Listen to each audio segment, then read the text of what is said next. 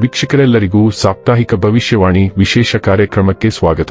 ಸ್ನೇಹಿತರೆ, ಜೂನ್ ತಿಂಗಳ 2ನೇ ವಾರ ಲಕ್ಷ್ಮಿ ಯೋಗದ ಶುಭ ಸಂಯೋಗವು ರೂಪುಗೊಳ್ಳುವುದು. ಈ ವಾರ ಚಂದ್ರನು ವೃಶ್ಚಿಕ ರಾಶಿಯಲ್ಲಿ ಚಲಿಸಲಿದ್ದಾನೆ. ಇದರಿಂದಾಗಿ ಮಂಗಳನ ಚತುರ್ಥ ದೃಷ್ಟಿ ಚಂದ್ರನ ಮೇಲೆ ಇರುವುದು. ಮಂಗಳನ ದೃಷ್ಟಿ ಚಂದ್ರನ ಮೇಲೆ ಇರುವುದರಿಂದ ಲಕ್ಷ್ಮಿ ಯೋಗ ರೂಪುಗೊಳ್ಳಲಿದೆ. ಜ್ಯೋತಿಷ್ಯ ಶಾಸ್ತ್ರದಲ್ಲಿ ಲಕ್ಷ್ಮಿ ಯೋಗವು ಒಂದು ಶಕ್ತಿಶಾಲಿ ರಾಜಯೋಗವಾಗಿದೆ. ಲಕ್ಷ್ಮಿ ಯೋಗದಿಂದಾಗಿ ಈ ವಾರ ಜನರಿಗೆ ಸಾಕಷ್ಟು ಲಾಭ ದೊರಕುವುದು. ಈ ವಾರ ಜನರು ತಮ್ಮ ಕುಟುಂಬ ಜೀವನದಲ್ಲಿ ಸಾಕಷ್ಟು ಸಂತೋಷವನ್ನು ಹೊಂದುವರು ಮತ್ತು ವೃತ್ತಿ ಜೀವನದಲ್ಲಿ ಪ್ರಗತಿ ದೊರಕುವ ಯೋಗವಿದೆ. ಜೊತೆಗೆ ಈ ಲಕ್ಷ್ಮಿ ಯೋಗದಿಂದ ವೃತ್ತಿ ಜೀವನದಲ್ಲಿ ದೊಡ್ಡ ಯಶಸ್ಸು ಲಭಿಸುವ ಸಂಭವವಿದೆ. ಲಕ್ಷ್ಮಿ ಯೋಗದಿಂದ ಈ ವಾರ ಈ ಎಲ್ಲಾ ರಾಶಿಗೆ ಸೇರಿದ ಜನರು ಲಾಭವನ್ನು ಪಡೆಯುವರು. ಜೂನ್ 9ರಿಂದ ಜೂನ್ 15ರವರೆಗಿನದನು ರಾಶಿಯವರ ಭವಿಷ್ಯವನ್ನು ತಿಳಿದುಕೊಳ್ಳೋಣ. ಈ ವಾರದನು ರಾಶಿಯವರ ಫಲಾಫಲಗಳೇನು, ಗ್ರಹಗತಿಗಳು ಹೇಗಿರಲಿವೆ, ಕೌಟುಂಬಿಕ ಸಾಮಾಜಿಕ ಜೀವನ ಹಾಗೂ ವ್ಯಾಪಾರ ವಹಿವಾಟು ಹೇಗೆ ನಡೆಯಲಿದೆ, ಅಲ್ಲದೆ ಯಾವೆಲ್ಲ ಸಮಸ್ಯೆಗಳು ನಿಮ್ಮನ್ನು ಈ ಸಾಪ್ತಾಹಿಕದಲ್ಲಿ ಕಾಡಲಿವೆ, ಅವುಗಳಿಗೆ ಪರಿಹಾರಗಳೇನು ಎಂಬುದನ್ನು ತಿಳಿಯಲು ಈ ವಿಡಿಯೋವನ್ನು ಸಂಪೂರ್ಣವಾಗಿ ವೀಕ್ಷಿಸಿ. ನೀವಿನ್ನೂ ನಮ್ಮ ಚಾನೆಲ್ ಸಬ್ಸ್ಕ್ರೈಬ್ ಮಾಡದೇ ಇದ್ದರೆ ಕೂಡಲೇ ನಮ್ಮ ಚಾನೆಲ್ ಸಬ್ಸ್ಕ್ರೈಬ್ ಮಾಡಿ. ಹೆಚ್ಚಿನ ವಿಡಿಯೋ ಅಪ್ಡೇಟ್ಗಾಗಿ ಪಕ್ಕದ ಬೆಲ್ ಐಕಾನ್ ಬಟನ್ ಕ್ಲಿಕ್ ಮಾಡಿ. ವಂಶ ಪಾರಂಪರ್ಯ ಜ್ಯೋತಿಷ್ಯರು ನಂಬರ್ 1 ವಶೀಕರಣ ಸ್ಪೆಷಲಿಸ್ಟ್. ವೃತ್ತಿ, ಉದ್ಯೋಗ, ಮದುವೆ, ಹಣಕಾಸಿನ ಸಮಸ್ಯೆ, ವ್ಯಾಪಾರ, ಆರೋಗ್ಯ ಸಮಸ್ಯೆಗಳಿಗೆ ಫೋನಿನ ಮೂಲಕ ಪರಿಹಾರ. ಇಂದೇ ಕರೆ ಮಾಡಿ. ಸ್ನೇಹಿತರೆ, ಧನುರಾಶಿಗೆ ಸೇರಿದ ಜನರಿಗೆ ಜೂನ್ ತಿಂಗಳ ಈ ವಾರವು ಹಲವು ರೀತಿಯಲ್ಲಿ ಬಹಳ ಶುಭವಾಗಿರುವುದು.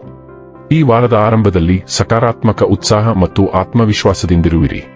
ನೀವು ಯಾವೆಲ್ಲ ಕೆಲಸಗಳನ್ನು ಪೂರ್ಣಗೊಳಿಸಬೇಕೆಂದು ಯೋಚಿಸುತ್ತಿರುವಿರೋ ಅವೆಲ್ಲವೂ ಪೂರ್ಣಗೊಳ್ಳುವುದು. ಇದರಿಂದಾಗಿ ನಿಮ್ಮ ಆತ್ಮವಿಶ್ವಾಸದಲ್ಲಿ ವೃದ್ಧಿಯಾಗಲಿದೆ ಮತ್ತು ನೀವು ಹೊಸ ದಿಕ್ಕಿನಲ್ಲಿ ನಡೆಯಲು ಸಾಧ್ಯವಾಗುವುದು. ಈ ಅವಧಿಯಲ್ಲಿ ನಿಮ್ಮ ಪ್ರತಿಯೊಂದು ಕೆಲಸಗಳನ್ನು ಗಂಭೀರವಾಗಿ ಹಾಗೂ ಗಮನವಿಟ್ಟು ಮಾಡುವಿರಿ. ಇದರಿಂದಾಗಿ ಅನುಕೂಲಕರ ಫಲಿತಾಂಶಗಳ ಪ್ರಾಪ್ತಿಯಾಗುವುದು. ವಾರದ ಮಧ್ಯದಲ್ಲಿ ವೃತ್ತಿ ಮತ್ತು ವ್ಯವಹಾರಕ್ಕೆ ಸಂಬಂಧಿಸಿದಂತೆ ನೀವು ಸಾಕಷ್ಟು ಕಾರ್ಯನಿರತರಾಗಿರುವಿರಿ. ಈ ವಾರ ನಿಮಗೆ ಹೆಚ್ಚು ಜವಾಬ್ದಾರಿಗಳು ದೊರಕುವುದು. ಇದರಿಂದಾಗಿ ನೀವು ಸಾಕಷ್ಟು ಓಡಾಡಬೇಕಾಗಿ ಬರಬಹುದು. ಕೆಲಸದಲ್ಲಿ ಪ್ರಗತಿಯನ್ನು ಪಡೆಯುವಿರಿ. ಆದರೆ ನೀವು ನಿಮಗಾಗಿ ಸಮಯವನ್ನು ನೀಡಲು ಸಾಧ್ಯವಾಗದೇ ಇರಬಹುದು. ಹಾಗಾಗಿ ಉತ್ತಮ ಸಮತೋಲನವನ್ನು ಕಾಯ್ದುಕೊಳ್ಳುವುದು ಅವಶ್ಯಕ. ವಾರದ ಮಧ್ಯದಲ್ಲಿ ಪ್ರಭಾವಶಾಲಿ ಮತ್ತು ಅನುಭವಿ ವ್ಯಕ್ತಿಗಳನ್ನು ಭೇಟಿಯಾಗುವ ಯೋಗವಿದೆ. ಇದರಿಂದಾಗಿ ಭವಿಷ್ಯದಲ್ಲಿ ಸಾಕಷ್ಟು ಲಾಭವನ್ನು ಪಡೆಯುವಿರಿ. ಅವರ ಸಹಾಯ, ಬೆಂಬಲ ಹಾಗೂ ಮಾರ್ಗದರ್ಶನದಿಂದ ಮಹತ್ವಪೂರ್ಣ ಯೋಜನೆಗಳಲ್ಲಿ ಭಾಗವಹಿಸುವಿರಿ ಮತ್ತು ಕೆಲಸ ಸ್ಥಳದಲ್ಲಿ ಹೊಸ ಜವಾಬ್ದಾರಿ ದೊರಕುವುದರೊಂದಿಗೆ ಜೀವನದಲ್ಲಿ ಮುಂದೆ ಸಾಗುವಿರಿ. ನಿಮ್ಮ ಪ್ರೇಮ ಜೀವನ ಈ ವಾರ ಸಂತೋಷದಿಂದ ಕೂಡಿರಲಿದೆ. ನಿಮ್ಮ ಮತ್ತು ನಿಮ್ಮ ಸಂಗಾತಿಯ ನಡುವೆ ಭಾವನಾತ್ಮಕವಾಗಿ ಉತ್ತಮ ಸಂಬಂಧವಿರಲಿದೆ.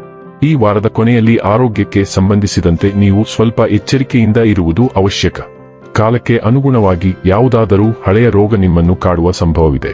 ಚಂದ್ರ ರಾಶಿಗೆ ಸಂಬಂಧಿಸಿದಂತೆ ಶನಿಯು 4ನೇ ಮನೆಯಲ್ಲಿರುವುದರಿಂದ ಈ ವಾರ ನಿಮ್ಮ ಮೇಲೆ ಹೆಚ್ಚುವರಿ ಕೆಲಸದ ಹೊರೆ ನಿಮ್ಮ ಆರೋಗ್ಯವನ್ನು ಅಡ್ಡಿಪಡಿಸುತ್ತದೆ. ಅಂತಹ ಪರಿಸ್ಥಿತಿಯಲ್ಲಿ ನಿಮ್ಮ ಕಾರ್ಯನಿರತ ಜೀವನದಿಂದ ಸ್ವಲ್ಪ ಸಮಯವನ್ನು ನಿಮಗಾಗಿ ತೆಗೆದುಕೊಳ್ಳಿ. ನಿಮ್ಮ ದೇಹಕ್ಕೆ ಸ್ವಲ್ಪ ವಿಶ್ರಾಂತಿ ನೀಡಿ. ಈ ವಾರ ನೀವು ಎಲ್ಲಾ ಭರವಸೆಯನ್ನು ಕಳೆದುಕೊಂಡಿರುವ ಹಿಂದಿನ ಹೂಡಿಕೆಯಿಂದ ಉತ್ತಮ ಹಣವನ್ನು ಪಡೆಯುವ ಸಾಧ್ಯತೆಯಿದೆ. ಈ ಕಾರಣದಿಂದಾಗಿ ಹೊಸ ವಾಹನವನ್ನು ಖರೀದಿಸುವ ನಿಮ್ಮ ಈಡೇರದ ಕನಸು ಸಹ ಈಡೇರುತ್ತದೆ. ಆದರೆ ಯಾವುದನ್ನಾದರೂ ಖರೀದಿಸುವಾಗ ನೀವು ಈ ಬಗ್ಗೆ ಮನೆಯ ಹಿರಿಯರೊಂದಿಗೆ ಮಾತನಾಡಬೇಕಾಗುತ್ತದೆ. ನಿಮ್ಮ ಮನೆಯ ವಾತಾವರಣದಲ್ಲಿ ಕೆಲವು ಬದಲಾವಣೆಗಳನ್ನು ಮಾಡುವ ಮೊದಲು ಈ ವಾರ ನೀವು ಇತರ ಸದಸ್ಯರ ಅಭಿಪ್ರಾಯವನ್ನು ಪಡೆಯಲು ಪ್ರಯತ್ನಿಸಬೇಕು. ಇಲ್ಲದಿದ್ದರೆ ಕುಟುಂಬದ ಹಿತದೃಷ್ಟಿಯಿಂದ ನೀವು ತೆಗೆದುಕೊಳ್ಳುವ ನಿರ್ಧಾರವು ಅವರನ್ನು ನಿಮ್ಮ ವಿರುದ್ಧ ತಿರುಗಿಸಬಹುದು. ನೀವು ನಿಮ್ಮ ವೃತ್ತಿ ಜೀವನದಲ್ಲಿ ಉತ್ತಮ ಫಲಿತಾಂಶಗಳನ್ನು ಪಡೆಯಲು ನಿಮ್ಮ ಕೆಲಸ ಮಾಡುವ ವಿಧಾನದ ಬಗ್ಗೆ ಗಮನಹರಿಸುವುದು ಮತ್ತು ಅಗತ್ಯವಿರುವಂತೆ ಬದಲಾವಣೆಗಳನ್ನು ಮಾಡಬೇಕಾಗುತ್ತದೆ. ಇಲ್ಲದಿದ್ದರೆ ಬಾಸ್ ದೃಷ್ಟಿಯಲ್ಲಿ ನಿಮ್ಮ ನಕಾರಾತ್ಮಕ ಚಿತ್ರವು ರೂಪುಗೊಳ್ಳಬಹುದು. ಆದ್ದರಿಂದ ಆರಂಭದಿಂದಲೇ ಈ ವಿಷಯದ ಬಗ್ಗೆ ಗಮನಹರಿಸಿ. ಉನ್ನತ ಶಿಕ್ಷಣಕ್ಕಾಗಿ ಪ್ರಯತ್ನಿಸುತ್ತಿರುವ ಜನರು ಈ ವಾರ ಅಲ್ಪ ಪ್ರಯತ್ನದ ನಂತರವೂ ಉತ್ತಮ ಯಶಸ್ಸನ್ನು ಸಾಧಿಸಲು ಸಾಧ್ಯವಾಗುತ್ತದೆ. ಏಕೆಂದರೆ ಈ ಸಮಯ ಅವರಿಗೆ ಇನ್ನಷ್ಟು ಹೆಚ್ಚು ಉತ್ತಮ ಅವಕಾಶಗಳನ್ನು ತರುತ್ತಿದೆ. ಅಂತಹ ಪರಿಸ್ಥಿತಿಯಲ್ಲಿ ಈ ಅವಕಾಶಗಳ ಲಾಭವನ್ನು ಪಡೆದುಕೊಳ್ಳುವ ಮೂಲಕ ಅವುಗಳನ್ನು ನಿಮ್ಮ ಕೈಯಿಂದ ಹೋಗಲು ಬಿಡಬೇಡಿ. ಈ ವಾರದಲ್ಲಿ 2 ಪ್ರಮುಖ ಸಂಚಾರಗಳು ಸಂಭವಿಸುತ್ತವೆ ಮತ್ತು ಮೊದಲನೆಯದು ಶುಕ್ರನು ವೃಷಭ ರಾಶಿಗೆ ಸಾಗುತ್ತಾನೆ. ಈ ಶುಕ್ರ ಸಂಚಾರವು ನಿಮ್ಮ 6ನೇ ಮನೆ, ಸಾಲ, ರೋಗ ಮತ್ತು ಶತ್ರುಗಳನ್ನು ಪ್ರಚೋದಿಸುತ್ತದೆ ಮತ್ತು ಇದು ಒಂದು ಕಷ್ಟಕರವಾದ ಸಂಚಾರ. ಶುಕ್ರನು ಕೆಲಸದ ಸ್ಥಳದಲ್ಲಿನ ಸಮಸ್ಯೆಗಳನ್ನು ಶಾಂತಗೊಳಿಸುತ್ತಾನೆ. ಆದರೆ ಕೆಟ್ಟ ಭಾಗವೆಂದರೆ ನಿಮಗೆ ಕೆಲಸದ ಸ್ಥಳದಲ್ಲಿ ಸಮಸ್ಯೆಗಳು ಉಂಟಾಗುತ್ತವೆ. ಆದ್ದರಿಂದ ನಿಮ್ಮ ಸಹೋದ್ಯೋಗಿಗಳೊಂದಿಗೆ ನಿಷ್ಪ್ರಯೋಜಕ ಮಾತುಕತೆಗಳಲ್ಲಿ ನಿಮ್ಮ ಸಮಯವನ್ನು ಕಳೆಯಬೇಡಿ. ಅದು ನಿಮಗೆ ವಿರುದ್ಧವಾದ ಪರಿಣಾಮವನ್ನು ಬೀರುತ್ತದೆ.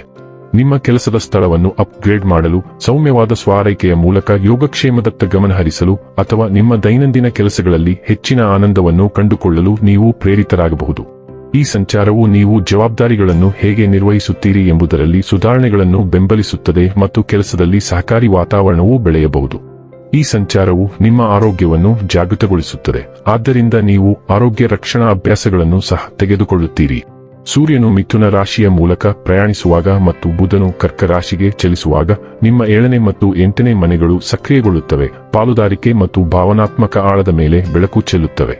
ಸಂಬಂಧದ ಚಲನಶೀಲತೆ ಹೆಚ್ಚು ಮಾನಸಿಕವಾಗಿ ಆಕರ್ಷಕವಾಗಬಹುದು, ಆದರೆ ಬುಧನ ಪ್ರಭಾವವು ಹಂಚಿಕೆಯ ಹಣಕಾಸು, ನಂಬಿಕೆ ಅಥವಾ ಅನ್ಯೋನ್ಯತೆಯ ಬಗ್ಗೆ ಹೃತ್ಪೂರ್ವಕ ಸಂಭಾಷಣೆಗಳನ್ನು ಪ್ರೋತ್ಸಾಹಿಸಬಹುದು. ನೀವು ಕಠಿಣ ಚರ್ಚೆಯನ್ನು ತಪ್ಪಿಸುತ್ತಿದ್ದರೆ, ಶಕ್ತಿಯು ನಿಮ್ಮನ್ನು ಮುಕ್ತವಾಗಿ ಮಾತನಾಡಲು ಮತ್ತು ಧೈರ್ಯ ಮತ್ತು ಭಾವನಾತ್ಮಕ ಬುದ್ಧಿವಂತಿಕೆಯಿಂದ ಅದನ್ನು ಎದುರಿಸಲು ಪ್ರೇರೇಪಿಸುತ್ತದೆ.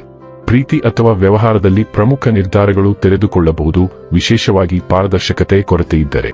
ಮಂಗಳ ಗ್ರಹವು ಸಿಂಹ ರಾಶಿಯ ಮೂಲಕ ಹರಡುತ್ತದೆ, ನಿಮ್ಮ 9ನೇ ಮನೆಯನ್ನು ಪ್ರಚೋದಿಸುತ್ತದೆ ಮತ್ತು ಸಾಹಸ, ಕಲಿಕೆ ಮತ್ತು ವಿಮೋಚನೆಗಾಗಿ ನಿಮ್ಮ ಹಸಿವನ್ನು ಜಾಗೃತಗೊಳಿಸುತ್ತದೆ. ನೀವು ಅಪಾಯಗಳನ್ನು ತೆಗೆದುಕೊಳ್ಳಲು ಸಿದ್ಧರಿದ್ದೀರಿ ಎಂದು ಭಾವಿಸಬಹುದು, ಪ್ರವಾಸವನ್ನು ಕಾಯ್ದಿರಿಸುವುದು, ಉನ್ನತ ಅಧ್ಯಯನವನ್ನು ಮುಂದುವರಿಸುವುದು ಅಥವಾ ನಿಮ್ಮ ನಂಬಿಕೆಗಳ ಬಗ್ಗೆ ಮಾತನಾಡುವುದು.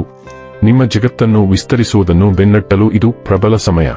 ಏತನ್ಮಧ್ಯೆ ನಿಮ್ಮ ರಾಶಿಯಲ್ಲಿರುವ ಹುಣ್ಣಿಮೆಯು ವೈಯಕ್ತಿಕ ವಿಷಯವನ್ನು ಪೂರ್ಣಗೊಳಿಸುತ್ತದೆ.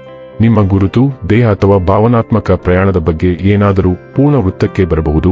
ಇದು ನಿಮ್ಮ ಸತ್ಯದೊಂದಿಗೆ ಇನ್ನು ಮುಂದೆ ಹೊಂದಿಕೆಯಾಗದದನ್ನು ತ್ಯಜಿಸಲು ನಿಮಗೆ ಅನುವು ಮಾಡಿಕೊಡುತ್ತದೆ. ನಿಮ್ಮ ಅಂತಃಪ್ರಜ್ಞೆಯು ನಿಮ್ಮನ್ನು ದೃಢತೆಯ ಕಡೆಗೆ ಕರೆದೊಯ್ಯುತ್ತದೆ ಮತ್ತು ಈ ಚಂದ್ರನ ಬೆಳಕು ನಿಮ್ಮ ಶಕ್ತಿಯಲ್ಲಿ ಎದ್ದು ನಿಲ್ಲುವ ಶಕ್ತಿಯನ್ನು ನೀಡುತ್ತದೆ, ಪ್ರಕಾಶಮಾನವಾಗಿ, ಬುದ್ಧಿವಂತವಾಗಿ ಮತ್ತು ಹೆಚ್ಚು ಕ್ಷಮಿಸದೆ. ಇನ್ನು ಕೊನೆಯದಾಗಿ ಮಾಡಿಕೊಳ್ಳಬೇಕಾದ ಉಪಾಯಗಳ ಕುರಿತು ನೋಡುವುದಾದರೆ, ಗುರುವಾರ ಬಡ ಬ್ರಾಹ್ಮಣನಿಗೆ ಆಹಾರವನ್ನು ದಾನ ಮಾಡಿ. ವೀಕ್ಷಕರೇ, ಇದಾಗಿತ್ತು ಧನು ರಾಶಿಯ ಜಾತಕದವರ ಜೂನ್ 9 ರಿಂದ ಜೂನ್ 15 ರವರೆಗಿನ ಫಲದ ಮಾಹಿತಿ ಇಷ್ಟವಾದರೆ ವಿಡಿಯೋವನ್ನು ಲೈಕ್ ಮತ್ತು ಶೇರ್ ಮಾಡಿ. ಹಾಗೆ ಚಾನೆಲ್ ಸಬ್ಸ್ಕ್ರೈಬ್ ಮಾಡುವುದರ ಜೊತೆಗೆ ನಿರಂತರ ವಿಡಿಯೋ ಅಪ್ಡೇಟ್ಸ್ಗಳಿಗಾಗಿ ಪಕ್ಕದ ಬೆಲ್ ಐಕಾನ್ ಕ್ಲಿಕ್ ಮಾಡಿ.